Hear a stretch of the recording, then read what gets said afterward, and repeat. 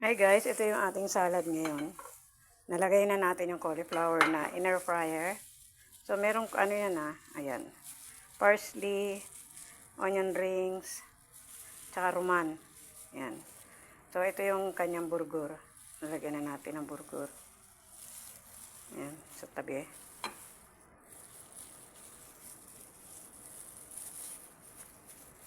Para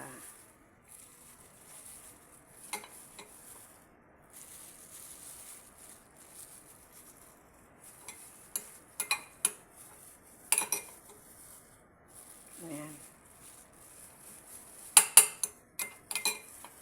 Ito ang ating salad ngayon today.